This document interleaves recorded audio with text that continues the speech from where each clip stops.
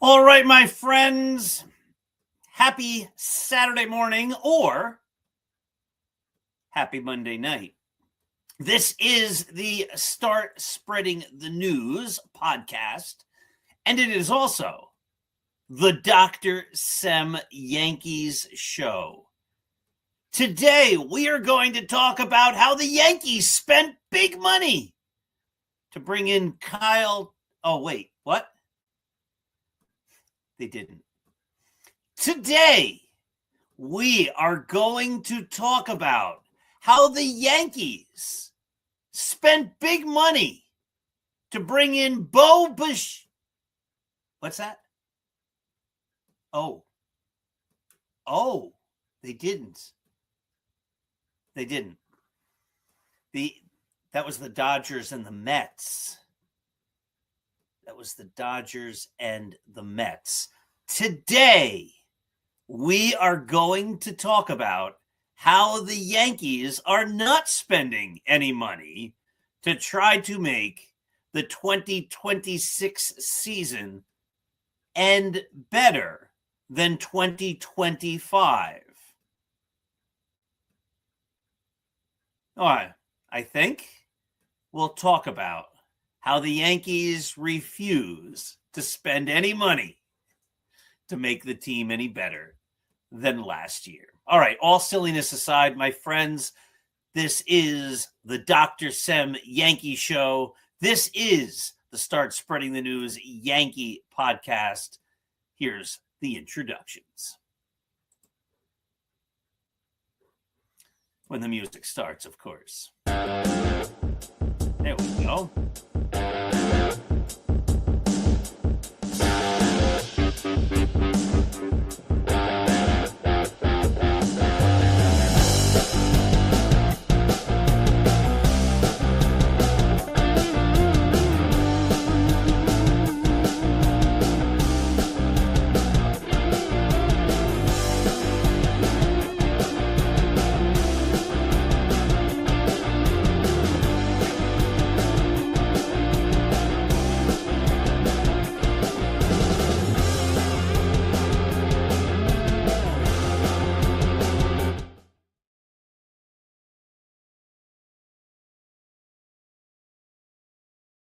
All righty, here we go.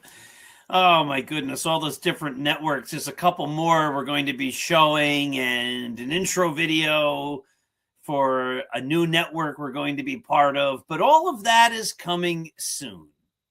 My friends, let's begin with a simple thing we have to understand as baseball fans, as sports fans, as fans of the New York Yankees.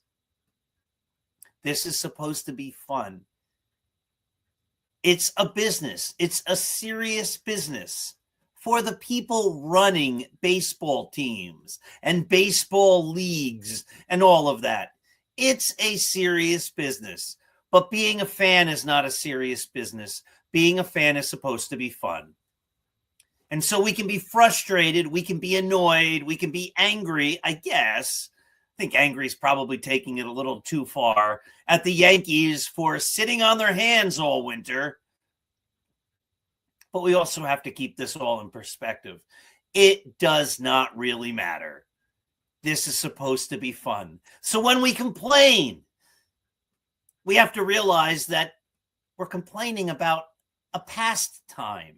We're complaining about something that's supposed to give us joy. We're complaining about a sport, something that has no direct impact on 99.9999999% of all of us. Sometimes fans make that mistake. They start calling the team we. We need Bo Bichette. We need to re-sign Cody Bellinger. We need Garrett Cole to come. No, it's not we. No. It's they. Sometimes fans start puffing out their chests and standing taller when their team wins the Super Bowl or the World Series, as if somehow it's a reflection on us. It's not. If the Yankees finish in last place in 2026, I'm going to be the exact same person as if they finish in first place in 2026, as if they win the World Series in 2026. It matters little. The only thing that'll matter in my life that will change if the Yankees win the World Series this year, as compared to the Yankees finishing in third place or last place or whatever, is if the Yankees win. If the Yankees win the World Series, if the Yankees have a remarkable season that's loads of fun, I don't see any of this happening, but let's play the if game. If all that happens, I will have less money. That's the only real direct impact the Yankees will have on me. If they win the World Series, I'll probably go out and do what I did in 2009, right? And go get a playoff jersey, a World Series jersey, a sweatshirt, a new hat, or whatever. Maybe I'll go to a few games. Maybe I'll go to a World Series game. All that means is I'll be giving the Yankees more money. Right now, I don't plan to give them a dime. But that's my decision. That's how I'm going to root for the Yankees. But again, it's just supposed to be fun. If the Yankees win or if the Yankees lose, it doesn't change my life in any meaningful way. I don't become a better person if they win. I don't become a worse person if they lose. It has no effect on me and my life whatsoever. And I think we need to keep that all in perspective. It's a game. It's a sport. It doesn't, for us as fans, it doesn't really matter. For the players, for the people involved with the teams, for the people who work for the teams, for the owners and the investors, it does matter. For us as fans, it doesn't. Hey, let's make today a great day. How do you make your day great? You keep things in perspective. That's one way. But you look around at the world and you say, you know what? There's a lot of good here. And rather than complaining, though we might complain about the Yankees and the fact that they've done nothing, but we keep it in perspective. But rather than complain about all the things wrong in life, I don't like this, I don't like that, I'm angry about this, I'm angry about that. We need to look around and see all the things in our own lives and the lives of the people around us that are good, because there's much good. There is much, much, much good. And when we look around the world and we see the good and we bring it into our heart and we appreciate it, we can make each and every day great. But then, as you know, some people say to me, Dr. Sam, there is no good in my life. There's nothing. There's not one morsel of good. I would debate that. And we could sit down and I could say, does anybody care about you? Does anybody love you? Do you have a roof above your head? Do you have food? Is there heat? Do you have clothing?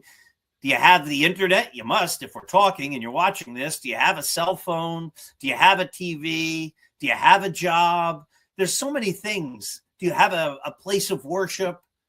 Do you have a community center? Right? There are good things around.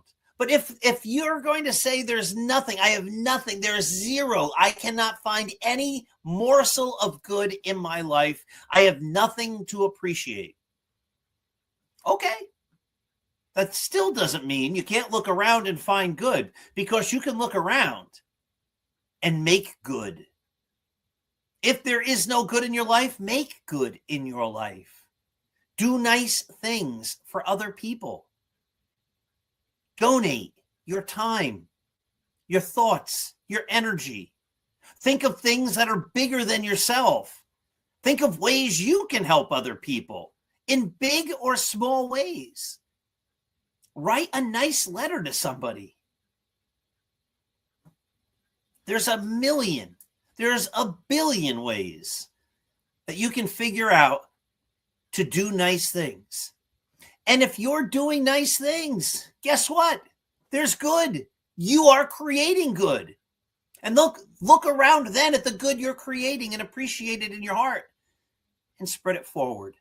Remember, when we give love, it comes back to us in greater amounts than we ever gave. That's not why we give it, and that's not why we gave it. But it is a residual, very true impact of finding the good, appreciating the good, and spreading the good forward. Make today great. All right, as you know, this program is also brought to you by Artemisia Publishing. Artemisia Publishing can be found online at apbooks.net, and they have published a host of phenomenal books. They published the least among them.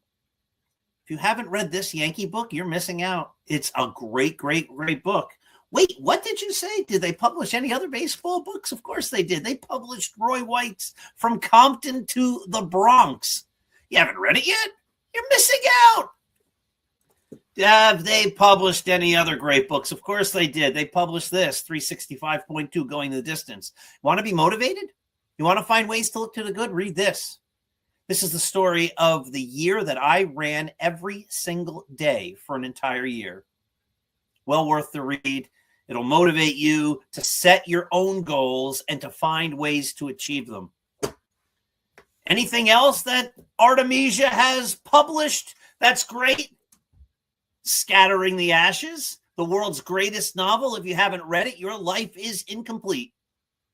Well, maybe not, but your life could be more complete if you read Scattering the Ashes. This is the world's greatest novel. It's an award-winning novel, too, by the way.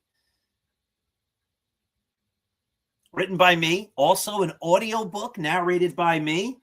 The Least Among Them is also an audiobook. You can go to Artemisia Publishing at apbooks.net. You can find all these books and the audio tapes or the audiobooks.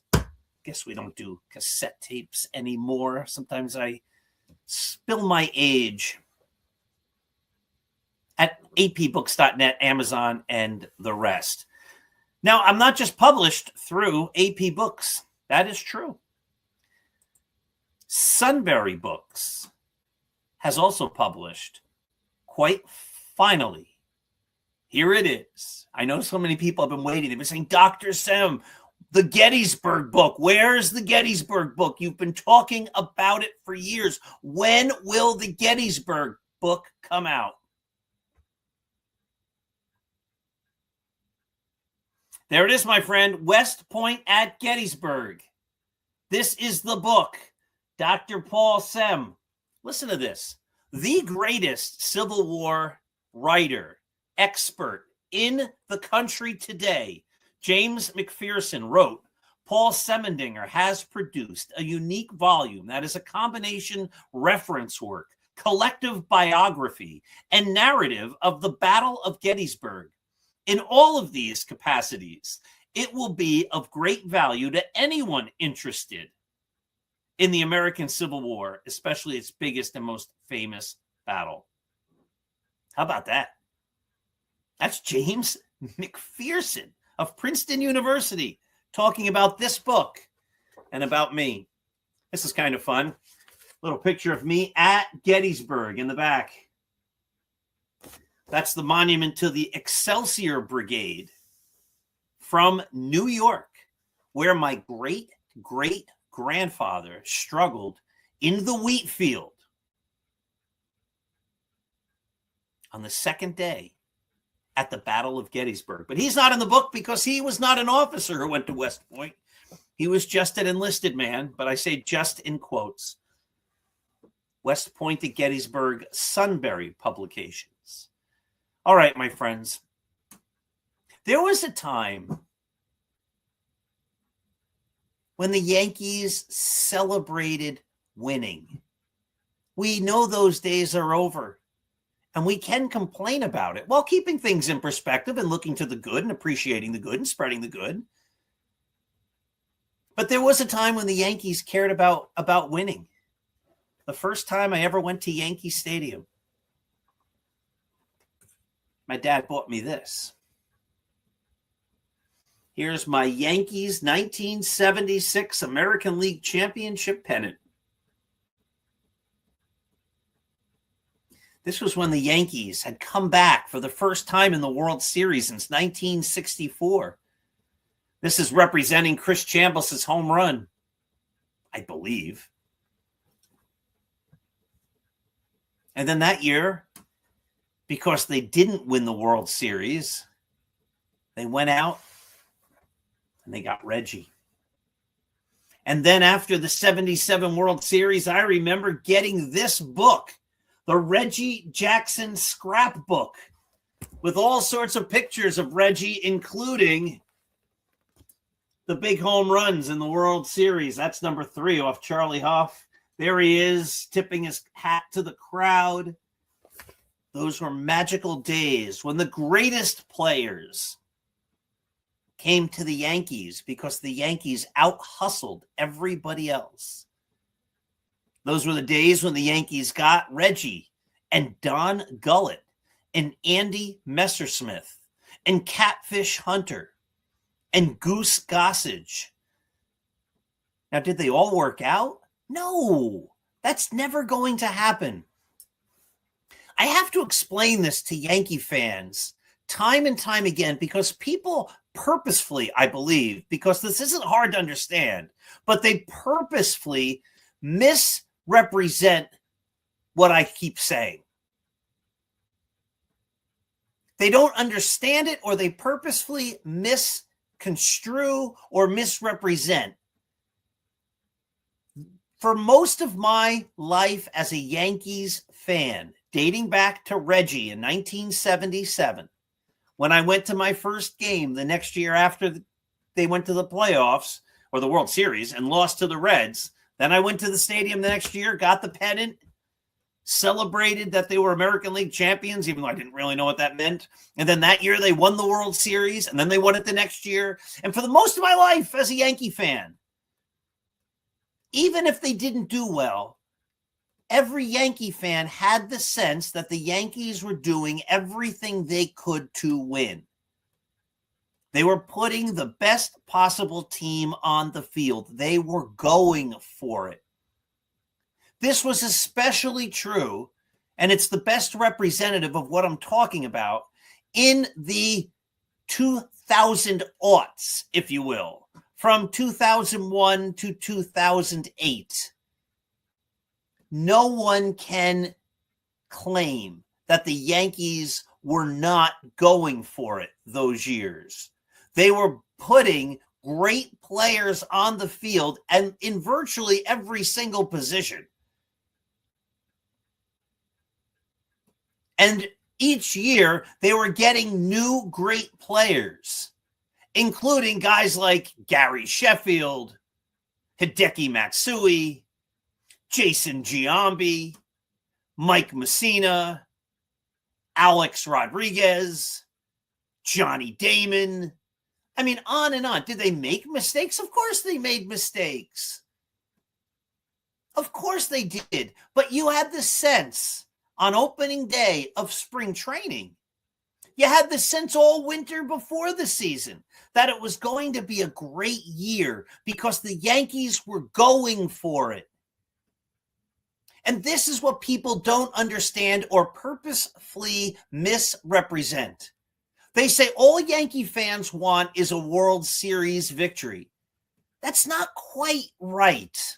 Yes, that's all I want in one sense, because the Yankees should be about excellence. And if they don't win the World Series, because they're the Yankees and not the Mets and not the Pirates and not the Brewers and not any other team outside of the Dodgers, failure to win the World Series has to be seen as some sort of a letdown, as some sort of a failure. You didn't accomplish the task. Yes, I want the Yankees to win the World Series every year, but I don't expect them to win the World Series every year.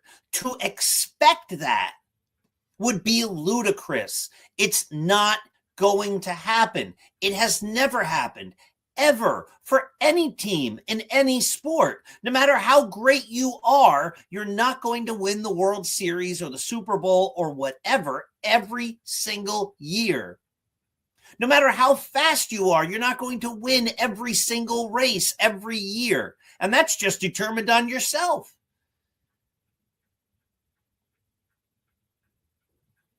Teams lose. Players lose. Athletes lose. We know that.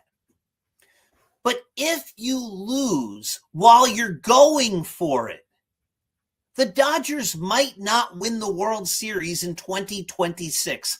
That's a distinct and very real, and in many regards, a very probable outcome. But if I were a Dodgers fan, I wouldn't be upset. I'd be disappointed that they didn't win it all at the end. I'd say, oh my goodness, we could have done it. But I would know they put their best efforts out there, as I did as a Yankee fan in 01 and 02 and 03 and 04. My goodness, the Red Sox won the World Series in 04. It was a disaster. And 05 and 06 and 07 and 08 even. Though it was starting to dwindle then, of course. But I knew they were putting the best team out there. They were going for it. And I was disappointed that they didn't win, but I wasn't disappointed in the franchise because I knew they were going for it. And as someone who believes in excellence, that's how I live my whole life. I say, I want to be the best at whatever I do. I expect the same thing from the Yankees. I don't really follow football. I'm a Jets fan. If you would consider me that, I don't really care if they win or lose. But I don't watch every football game. In fact, I don't think I watched any Jets game this year because they were terrible. But if the Jets are good, they'll give me some interest. But I don't invest in the Jets. I invest in the Yankees. I expect the Yankees, because they're the Yankees, to go for it every year, to put the best team on the field. I don't expect that of the Jets. I don't expect that of any other team, except the Dodgers. Because teams can't do that, but the Yankees can. And the Yankees built their brand. They built their fan base. This is what people don't get. They built their fan base on that notion. We're the Yankees. We're the best. We're going for it. We're not going to win it all the time. I don't expect them to. I want them to, but I don't expect them to. But I expect them to go for it. And what we've seen out of the Hal Steinbrenner, Brian Cashman era is a philosophy that says we're only going to be good enough. We don't have to be great. We just want to win the regular season or finish within the wild card playoffs. We want to be part of a postseason run. We want to be part of a pennant chase. And then we hope to get in.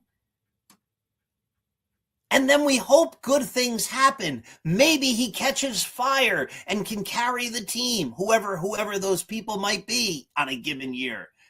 And maybe they can carry us all the way to the World Series and a World Series victory. Or maybe we know that the competition isn't all that good, so we don't have to be all that better to probably make the playoffs. That's the wrong, completely wrong attitude. And what the Yankees are doing in this era, one World Series in 25 years, one World Series victory, championship season. What the Yankees are doing is trashing their legacy and their tradition. And they're saying to the Yankee fans, it's okay to only be pretty good. And that's not what we're used to. That's not what we enjoy. And it's driving fans away. I know, I talk to them every single day. They write in on the blog. I'm not going to any games this year. That's what they're writing. I couldn't care less about the Yankees. I'm done with the Yankees. And they are. They're sincere. They're fed up. Because while the Yankees are accepting mediocrity, or maybe you want to, they're not mediocre. They've been over 500 every year since 1993. They're mostly in the playoffs over all the time.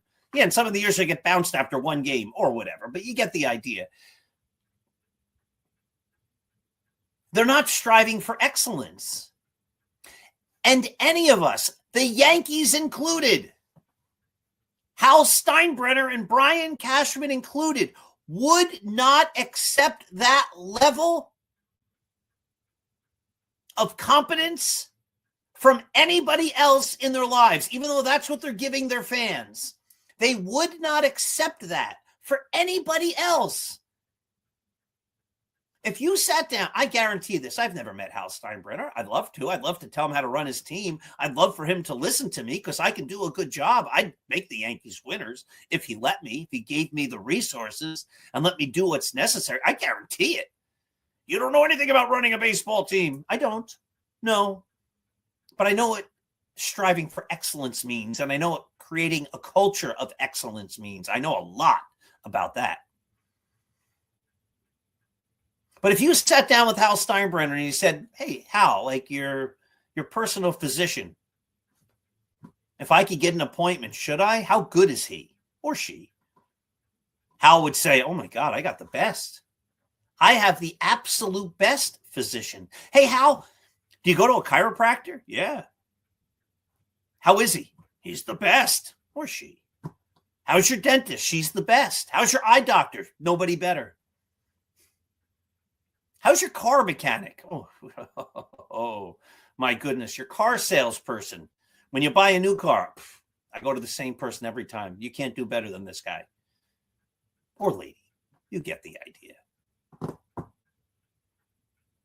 I guarantee you, if you ask him, where does he get his food? He gets his food from the best restaurants and the best stores. And he buys the best kinds of foods at the best restaurants and the best stores. And if he drinks wine, he drinks the best wine.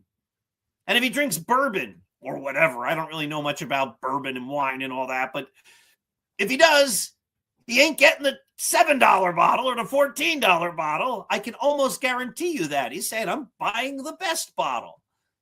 Because that's what we expect in our lives. That's my point. That's what we all expect in our own lives. We expect the people we interact with to be the best. We want our accountants to be the best. We want our doctors to be the best. We want our school teachers to be the best. We want our superintendents of schools to be the best. And we want them to work hard to be that. We want them to be the best when we hire them, and we want them to work even harder once we've hired them to be even better. Nobody wants to say to their doctor, I know. My goodness. Oh, boy. In 2012, you were the greatest doctor in the world, baby. You were tops. You were the great. Oh, my goodness. You were so great. You're lousy now, but I'm going to still keep going to you because you were so great 13 years ago or 15 years ago or whatever. We wouldn't put up with that. We would not put up with that. And yet the Yankees, Brian Cashman and Hal Steinbrenner and all the rest of them want us as fans to accept that as the product they're putting on the field as the New York Yankees. Again, they were the Baltimore Orioles. All right. We understand you can't put the greatest team on the field. They're the Kansas City Royals. Okay, I get it. They're the New York Jets. Sure, I get it. You can't do it. You never will if you're the Jets. But this is the Yankees. And the message the Yankee ownership is giving and the management is good enough is good enough.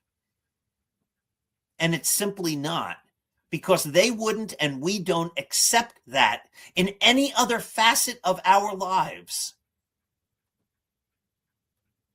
We should be striving, but we need and want to be the best in everything we do. And the people who surround us, we want them to be the best in whatever they do. And when they're not, we move on. We go to the accountant and he's like, yeah, I'm not quite sure what I'm doing. I'm having trouble. I don't really keep up with the current tax code. We go to the doctor and he's like, yeah, I have no idea. Take 2 aspirin, call me in the morning or something. I don't know. We go to a different doctor. Our tooth hurts. We go to the dentist and the dentist goes, I can't find anything. And then you go to another dentist and they go, oh, yeah, you had a cavity. You're never going back to the original dentist. You expect greatness. You expect a high level of competence from the people you employ. And not meaning we all own businesses or we are our bosses, but we employ them through our money in the service they give us back.